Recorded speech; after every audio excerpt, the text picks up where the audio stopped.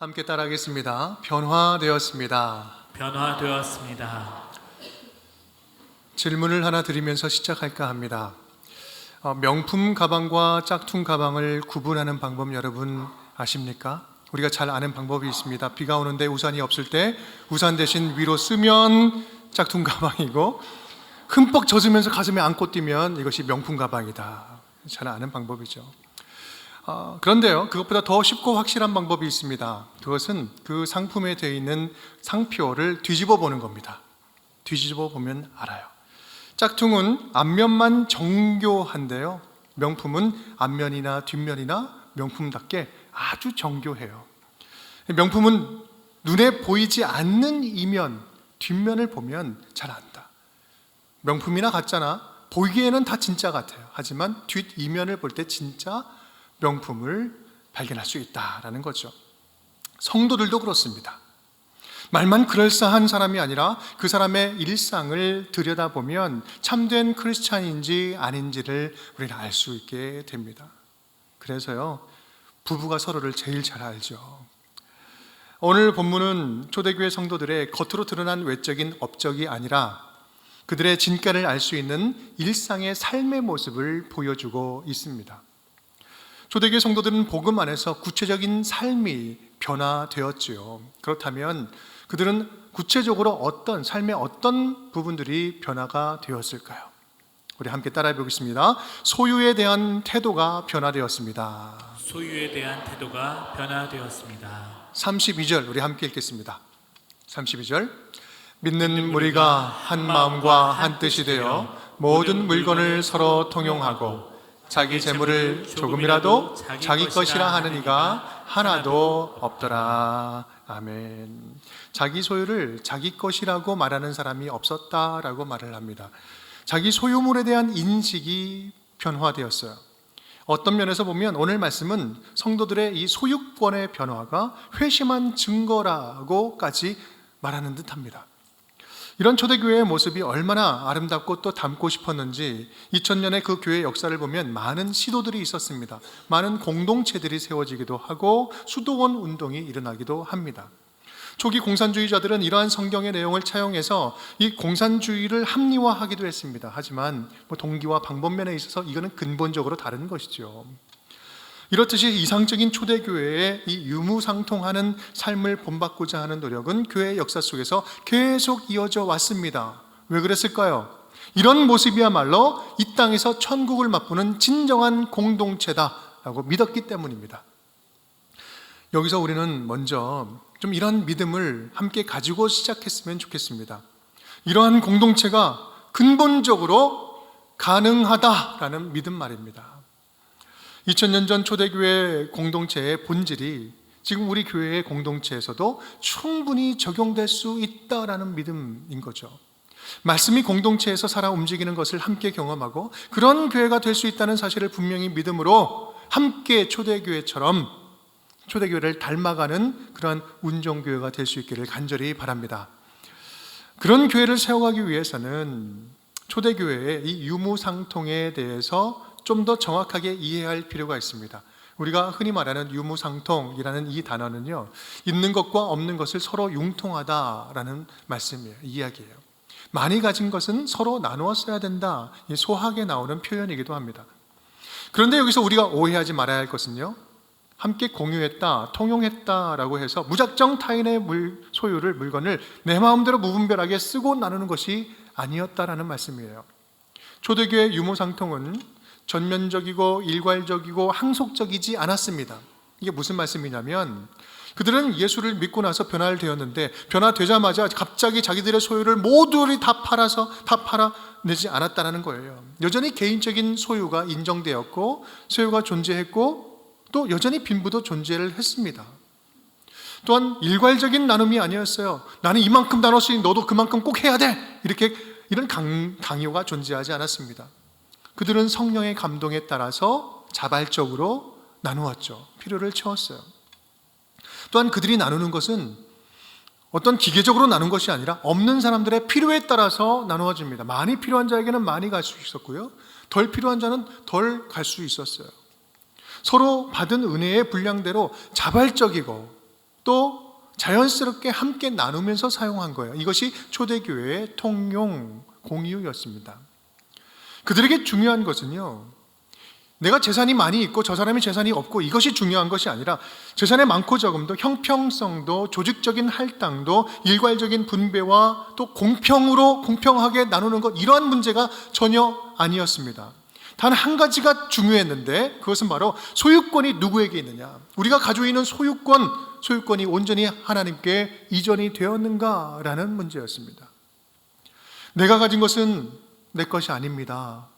주님 것입니다. 나는 주님의 소유를 맡은 관리인이고 선한 청지기입니다. 이 사도행전의 저자인 누가는요, 이 소유권의 문제를 성도의 구원과 연결시키고 있습니다. 아니, 자기가 가지고 있는 그것에 대한 태도를 어떻게 구원에까지 연결시키는 건 너무 심각한 거 아닌가? 심한 거 아닌가? 라고 생각할 수 있겠지만 아니요, 그렇지 않습니다. 소유권의 문제는 곧 구원의 문제입니다. 왜 그럴까요? 하나님 없는 사람들의 가장 대표적인 특징이 있다면 그것은 자기중심성이에요. 그 자기중심적인 삶을 사는 가장 대표적인 삶의 방식이 있다면 그것이 바로 소유한다는 거예요. 소유에 있기 때문에 그렇습니다. 많이 가질수록, 좋은 것을 가질수록, 다른 사람들보다 더 풍부하게 가질수록 더 나는 안전하고 더 편리하고 더 자유롭다라고 생각을 합니다. 그래서 계속해서 쌓아 올리는 거죠. 쌓은 그것으로 하나님을 대신하려고 하는 거예요. 거기에서 안정감을 찾는 거잖아요. 그래서 예수님은 재물과 하나님을 겸하여 섬길 수 없다라고 말씀을 하셨습니다. 바로 이러한 이유가 소유권의 이전이 바로 우리의 구원의 고백이 될 수 있다라는 말씀입니다. 여러분, 이 말을 좀 오해하지 않았으면 좋겠습니다. 우리 안에 있는 모든 소유욕은 이거는 완전히 악하고 나쁜 것이니 이를 거부하고 죄악시하고, 그런 소유욕이 들 때마다 우리는 완전히 그것을 거세해버려야 된다, 이 말을 드리는 것이 아닙니다. 예수 그리스도의 핏값으로 구원받은 자녀들이여, 구원받은 우리 자체가 하나님의 소유라는 사실을 먼저 인정하면서 살아가자. 나는 하나님의 것입니다라고 인정하면서 살자. 우리가 주님의 것이라고 믿는다면 내가 가진 모든 것도 주님의 것 아니겠습니까? 주님이 믿고 맡긴 것, 나에게 맡긴 것 아니겠습니까?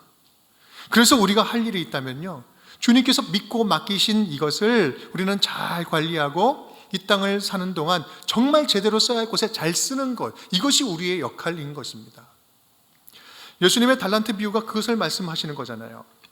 주님이 맡기신 것을 땅에 잘 묵혀두는 것이 아니라 그냥 원금 그대로 갖다 바치는 것, 이것이 중요한 것이 아니라 적극적으로 주님께서 맡기신 것을 주의 기쁨을 위해서 열심히 사용하는 거죠.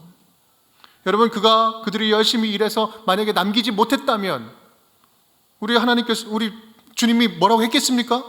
혼냈겠어요? 아니, 오히려 안 쓰고 묵혀두는 것을 오히려 혼낸다고 말씀을 하시죠.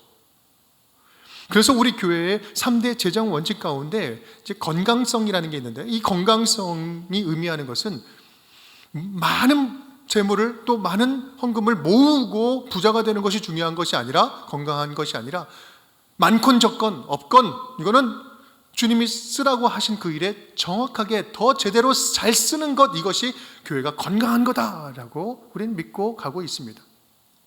마태복음 6장 20절 말씀이죠. 우리 함께 읽어볼까요? 오직 너희를 위하여 보물을 하늘에 쌓아두라. 거기는 좀이나 등록이 해하지 못하며 도둑이 구멍을 뚫지도 못하고 도둑질도 못하느니라. 아멘. 우리의 보물을 어디다가요? 하늘에 쌓아두라. 내게 주신 모든 것을 하나님의 소유로 여기고 하나님의 기쁨을 위해서 내 것을 내 것이라고 여기지 않고 기쁨으로 주님께 드릴 줄 아는 것, 이것이 소유권이 하나님께 이전된 성도들이 사는 방식이다 입니다. 초대교회 성도들의 유무상통은요, 누가 시켜서 한 게 아닙니다. 이 복음 안에서 이 땅에서 천국을 경험하니까 자연스럽게 그렇게 살게 된 거예요. 그것을 막 드러내지도 않았습니다. 자랑하지도 않았어요. 하지만 그들과 함께 살고 있었던 그 사람들이 변화되기 시작합니다. 치유되기 시작하고 채워지기 시작합니다. 삶이 회복되기 시작해요. 절망으로 가득한 세상에 소망의 씨앗이 되는 천국 대한 공동체가 되어 주었던 것입니다. 그런데 여러분, 이런 천국을 보여주는 공동체가 2000년 전 그때만 가능한 일일까요? 사랑하는 여러분, 오늘 말씀을 통해서 저와 여러분에게 거룩한 소유권 이전이 다시 일어날 수 있기를 간절히 바랍니다. 우리 교회가 맡겨주신 것들을, 하나님께서 우리 교회에게 맡겨주신 것들을 주 안에서 잘 쓰는 교회가 되었으면 좋겠어요. 그래서 하나님께서 저와 여러분의 소유와 물질과 시간과 열정과 생명, 이 모든 것을 마음껏 하나님이 들여다 쓰시고 써서 빈자리는 주님께서 더 넘치게 부어주시고 채워주시는, 그렇게 하나님의 소유된 백성들이 다 될 수 있기를 주님의 이름으로 축복합니다. 그렇다면 두 번째로, 그들이 자기의 소유를, 모든 소유를 드릴 수 있었던 그 변화, 삶의 변화의 근본적인 뿌리에는 어떤 신앙이 있었을까? 두 번째 함께 따라하겠습니다. 부활의 복음으로 변화되었습니다. 부활의 복음으로 변화되었습니다. 33절 우리 함께 읽겠습니다. 사도들이 큰 권능으로 주 예수의 부활을 증언하니 우리가 큰 은혜를 받아. 아멘. 이 문장에서 가장 주목할 단어는 부활을 증언하다라는 거예요. 증언하다. 이 증거하다, 헬라어 마르티리온이라는 단어의 시제는 지금 미완료 시제예요. 아직 끝나지 않은 거죠. 쉽게 말하면 이겁니다. 이 복음은 한 번 전하고 한 번 듣고 한 번 확 깨달아가지고 확 바뀌었다, 이 말씀을 하는 게 아니에요. 계속 멈추지 않고 귀가 따갑게 이야기하고 귀가 따갑게 들었다라는 말씀, 계속 반복적으로 이 복음의 말씀을 들었다. 그들을 사로잡은 이 복음의 핵심은 뭡니까? 바로 예수 그리스도의 부활의 복음이에요. 다시 살아나는 복음이에요. 이 땅에 매몰된 복음이 아니라 영원한 생명을 취하는 복음이에요. 이 부활의 복음은 죽어도 다시 살고 살아도 영원히 죽지 아니하는 영원한 생명을 얻는 부활입니다. 복음입니다. 이 영원한 생명은 예수 그리스도를 삶의 주인으로 모신 자들만 얻을 수 있는 것이요, 예수와 함께라면 이 세상 살아가는 동안에 죽음까지도 두려워하지 않을 수 있는 진정한 자유를 획득하는 복음인 것입니다. 그러니 그들에게 이 땅에 썩어질 것은, 이제 그들에게 이 땅에 썩어질 것은 더 이상 소망이 될 수 없었어요. 삶의 목표가 될 수 없었습니다. 이 땅에 썩어질 것에 투자하는 인생이 아니라 영원한 생명을 얻게 하는 그 일에 투자하는 인생이라면 내가 가지고 있는 것을 마음껏 아끼지 않고 다 드리겠습니다 라는 그 마음들이 하나둘 모여들기 시작한 거예요. 그래서 오늘 본문 말씀은 이렇게 이야기하고 있죠. 32절, 믿는 무리가 한 마음과 한 뜻이 되어 모든 물건을 서로 통용하고 자기 재물을 조금이라도 자기 것이라 하는 이가 하나도 없더라. 모든 믿는 무리가 한 마음 한 뜻이 되었다.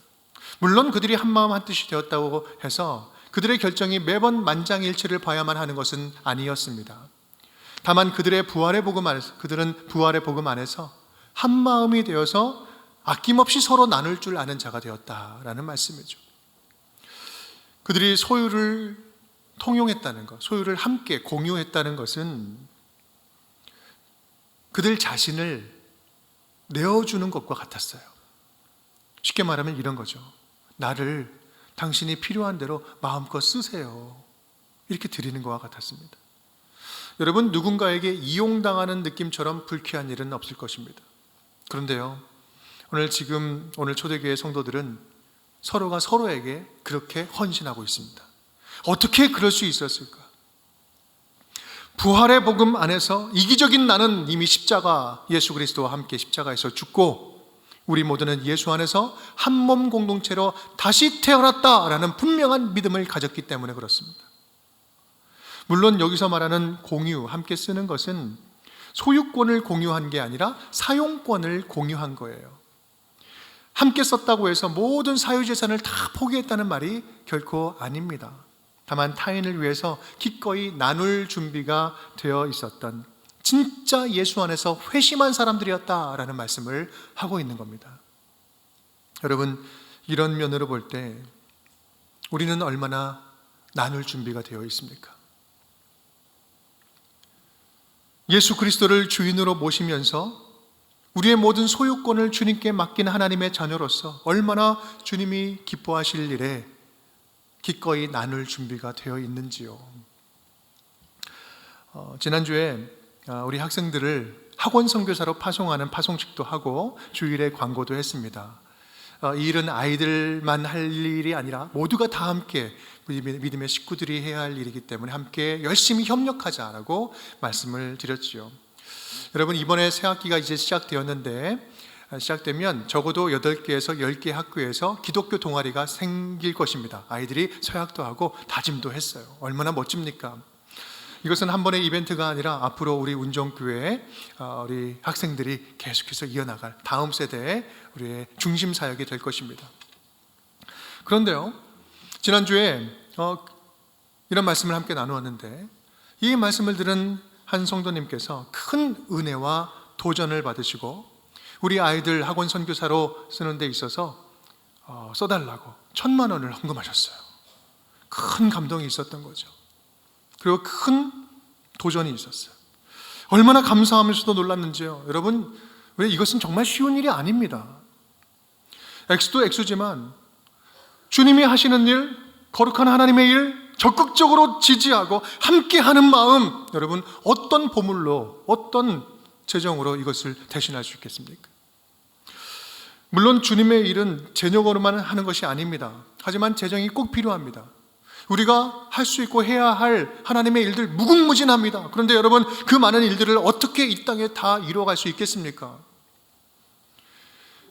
주의 일에 기꺼이 헌신할 마음의 준비가 된 자녀들을 우리 하나님께서는 축복하시고 더 넘치도록 부어주시고 채워주시고 그것을 나누게 하심으로 당신의 거룩한 일들을 멈추지 않고 지금까지 이루어 오고 계신 줄 믿습니다. 주님 나라는요, 2000년 전 역사 속에서 그런 준비된 자녀들의 헌신과 나눔을 통해서 지금까지 멈추지 않고 영광스럽게 하나님 나라 역사와 교회의 역사를 세워 오셨어요. 그런데 여러분, 문제는 뭡니까? 누구는 늘 어딘가에서 준비되어서 부름받고 쓰임받고 있는데 우리의 각 사람, 나는 왜 늘 아직 준비가 되어 있지 않다라고 생각하고 않다라고 이야기하고 있습니까? 하나님이 쓰신 준비된 사람은 늘 여러분 말고 우리 말고 늘 어딘가에 따로 있는 겁니까? 사랑하는 여러분, 다시금 바라며 권면합니다. 언제든지 얼마든지 나눌 준비가 되어 있었던 초대교회 성도들의 모습이 저와 여러분의 모습이 되었으면 좋겠습니다. 우리들에게 맡겨주신 물질과 소유를 부활의 복음 전하는 일에, 타인을 다시 살리는 일에, 절망에 빠진 자들을 다시 끄집어내서 소망 가운데 회복시키는 존귀한 일에 기쁨으로 흘려보낼 줄 아는 늘 나눌 준비가 되어 있는 하나님의 자녀들이 될 수 있기를 주님의 이름으로 축원합니다. 그렇게 나눌 때에 나타나는 결과를 다음과 같이 설명하고 있습니다. 우리 34, 35절 함께 읽겠습니다. 그 중에 가난한 사람이 없으니 이는 밭과 집 있는 자는 팔아 그 판 것의 값을 가져다가 사도들의 발 앞에 두매 그들이 각 사람의 필요를 따라 나누어 줌이라. 아멘. 우리 세 번째입니다. 우리 함께 따라하겠습니다. 가난한 자가 없는 공동체로 변화되었습니다. 가난한 자가 없는 공동체로 변화되었습니다. 성경은 이제 그들에게 가난한 자가 없다라고 이야기를 합니다. 그런데요, 이것은요, 문자적으로 가난한 사람이 완전히 없어졌다는 것을 말하지 않습니다. 그 누구도 먹고 사는 문제로 죽음의 문턱에서 허덕이지 않게 되었다라는 것을 말합니다. 목숨을 잃을 만큼 빈곤에 방치된 사람이 없어졌다는 거죠. 믿음의 공동체 안에서 서로의 생명을 지키고 보존하는 일에 서로 책임을 다하는 한 몸 공동체, 예수 안에서 한 생명을 누리는 공동체가 되었다라는 말씀입니다. 사실 우리 주변에 가난한 사람은 늘 항상 존재하기 마련입니다. 성경에도 그렇게 말씀하고 있죠. 우리 신명기 15장 11절 우리 함께 읽겠습니다. 땅에는 언제든지 가난한 자가 그치지 아니하겠으므로 내가 내게 명령하여 이르노니 너는 반드시 네 땅 안에 내 형제 중 곤란한 자와 궁핍한 자에게 내 손을 펼지니라. 아멘. 이 땅에는요, 언제든지 가난한 자가 결코 멈추지 않는다라고 이야기해요. 여러분, 이것은 동서고금 예나 지금이나 어떤 나라나 마찬가지입니다. 그래서 내 손을 펼지니라. 바로 앞절에는 또 이렇게 표현하고 있습니다. 신명기 15장 4절 말씀 우리 함께 읽겠습니다. 네가 만일 내 하나님 여호와의 말씀만 듣고 내가 오늘 내게 내리는 그 명령을 다 지켜 행하면 내 하나님 여호와께서 내게 기업으로 주신 땅에서 내가 반드시 복을 받으리니 너희 중에 가난한 자가 없으리라. 아멘. 너희 중에 가난한 자가 없으리라. 이 말씀을 이어서 말하면 이렇습니다. 가난한 자가 절대로 끊어지지 않을 것인데 가난한 자가 절대로 너희 가운데 있지 않을 것이다. 여러분, 지금 이게 무슨 말일까요? 이게 어떻게 가능하단 말입니까? 오늘 말씀은 그걸 하고 있죠. 바로 이런 겁니다. 세상은 본질적으로 늘 가난이 존재하겠지만 말씀에 순종하면서 살아가는 믿음의 공동체, 기도로 서로 중보하면서 서로의 필요를 채워주는 공동체가 있다면 가능하다. 자신의 소유를 움켜쥐지 않고 기꺼이 나눌 준비가 되어 있는 공동체, 서로의 필요에 민감하게 관심을 가지고 내일처럼 돌봐주면서 채워주기로 작정한 공동체, 그런 공동체가 있다면 너희가 그런 공동체를 이루어서 살아가기만 한다면 너희 가운데 절대로 가난으로 인하여 절망하거나 고통당하는 자는 없을 것이다. 너희가 그렇게 살기만 하면 내가 너희 공동체를 통해서 절망을 소망으로, 고통에서 건져서 치유하고 회복시켜 나갈 것이다. 누구를 통해서? 너희 공동체를 통해서. 여러분, 이것이 그렇습니다. 바로 여기에 하나님의 비전이 있어요. 우리 공동체에게 기대하시는 하나님의 간절한 마음이 바로 여기에 담겨져 있는 것입니다. 이 땅에 결코 가능하지 않을 것 같은 하나님 나라의 유토피아는 불가능하지 않다. 충분히 가능하다. 무엇으로? 모든 소유권을 하나님께 내어 맡긴 이 믿음의 공동체를 통해서 말입니다. 그렇습니다. 우리 하나님이 원하시는 공동체의 모습은 성도들이 많이 갖건 적게 갖건 없어도 상관없어요. 아무런 상관없습니다. 물론 뭔가를 많이 가져서 풍성히 베풀 수 있으면 더 좋겠죠. 하지만 아무것도 가진 게 없을지라도 서로가 곁에 있어주는 것만으로도 전혀 가난을 느끼지 않을 수 있는 그런 공동체, 너무 살기 힘들어서 삶을 포기하는 사람이 없을 만큼 서로가 서로를 꼼꼼하게 돌보면서 챙겨줄 줄 아는 공동체, 자신이 가진 것이 얼마든지 주님이 감동하실 일에 쓸 준비가 되어 있는 그러한 사람들의 공동체, 바로 이런 공동체가 우리 하나님이 지금 우리를 바라보시면서 기대하시는 모습 아니겠습니까? 초대교회 성도들은 이제 새로운 영적 질서를 깨닫고 그 질서에 순응하기 시작합니다. 우리 35절 우리 함께 읽어보겠습니다. 사도들의 발 앞에 두매 그들이 각 사람의 필요를 따라 나누어 줌이라. 아멘. 사도들의 발 앞에 드립니다. 그들의 섬김과 나눔은 결코 단순히 그냥 개인적인 섬김이 아니었어요. 교회 공동체의 질서 안에서, 질서에 자신의 소유를 믿고 맡긴 것입니다.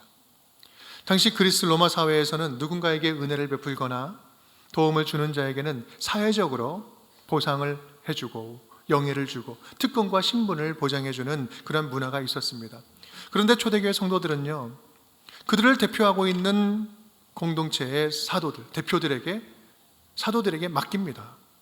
개인적인 의를 드러내는 것을 스스로 원천적으로 차단하고 있습니다. 이건 매우 의미 있는 장면입니다. 이것은 교회에서 일어나고 있는 모든 섬김과 나눔, 예배와 교육, 친교와 선교, 할 것 없이 모든 선한 것들은요, 이 영적인 질서 안에서 이루어져야 한다는 것을 말씀하고 있는 것입니다. 한번 보십시오. 성경 어디에도 영적인 질서를 무시한 선한 일은 없습니다. 초대교회의 섬김은 철저하게 교회의 질서 속에서 일어난 겸손한 섬김이었어요. 여러분, 우리 교회 성도님들이 지난 5년 동안 우물을 참 많이 팠습니다. 제가 우물 파자라고 말한 적이 한 번도 없는데 그렇게 우물을 참 많이 파셨어요. 아프리카 그리고 동남아 라오스에 16개를 팠어요. 하나마다 되게 비싸거든요. 그 하나가 생기면 마을이 살아요. 수많은 생명들이, 아이들이 소망을 보게 됩니다. 그래서 너무나 기쁜 소식들이 들려요. 정말 마을이 살았습니다. 생명이 살았습니다. 여러분, 물론 이러한 우물은요, 개인이 직접 어딘가에 도와서 팔 수도 있습니다. 그런데요, 우리 운정교회, 우리가 우리 교회 공동체 안에서 함께 도전받고 함께 뜻을 모으고 함께 공동체가 함께 집중하면서 서로 소통하면서 또 질서 있게 우리 계속해서 사역을 지속해 나가니까요, 여러분, 공산국가인 라오스 오지에 복음이 들어갈 틈새가 열렸어요. 여러분, 우리 운정교회가 라오스 농지역에 그 지역에만 11개를 받습니다. 그 11개를 집중적으로 우리가 함께 공동체가 파니까요, 라오스가 공산국가인데 다 모든 것이 차단됐는데 오지는 들어가지 못하거든요. 근데 공식적으로 월드비전과 함께 우리 교회가 들어갈 수 있도록 허락해 줬어요. 할렐루야. 그래서 제가 다음 주에 설교 마치고 6일간 다녀오게 되었습니다. 여러분 잘 다녀올 수 있도록 기도해 주십시오. 사랑과 기도의 씨앗을 마음껏 뿌리고 돌아오겠습니다. 보고하겠습니다. 여러분 그렇습니다. 사랑하는 여러분, 겸손하게 섬기고 질서 있게 나누는 공동체가 하나님께는 이 땅의 소망입니다. 그런 공동체를 주님께서는 찾고 계시고 기다리고 계십니다. 우리 운정교회 성도들이 그러한 성도가 되었으면 좋겠습니다. 자신은 감춰지고 주님의 일하심만 드러내는 공동체를 주님은 지금도 기다리고 계십니다. 우리 운정교회가 그런 한 교회가 되었으면 좋겠습니다. 저와 여러분, 우리 모두가 각 개인의 헌신과 섬김이 드러나지 않고 공동체가 한 몸이 되어서 섬기는 것을 진정으로 기뻐할 줄 아는 그런 멋진 성도들이 되었으면 좋겠습니다. 누구도 가진 소유를 자랑하지 않고 오히려 함께 공유할 수 있음에 행복해할 줄 아는 그러한 성숙한 교회, 성숙한 성도들이 되었으면 좋겠습니다. 차고 넘치는 것도 없지만 부족한 것도 없어서 오늘을 살아갈 일용할 양식 주심에 감사할 줄 알고 서로가 서로의 체온을 느낄 수 있는 그런 살아있는 한가족 공동체가 되기를 간절히 바랍니다. 그렇게 복음 안에서 더욱 아름답게 자라고 변화되어가는 우리 운정의 모든 가족 식구들이 될 수 있기를 주님의 이름으로 축복합니다.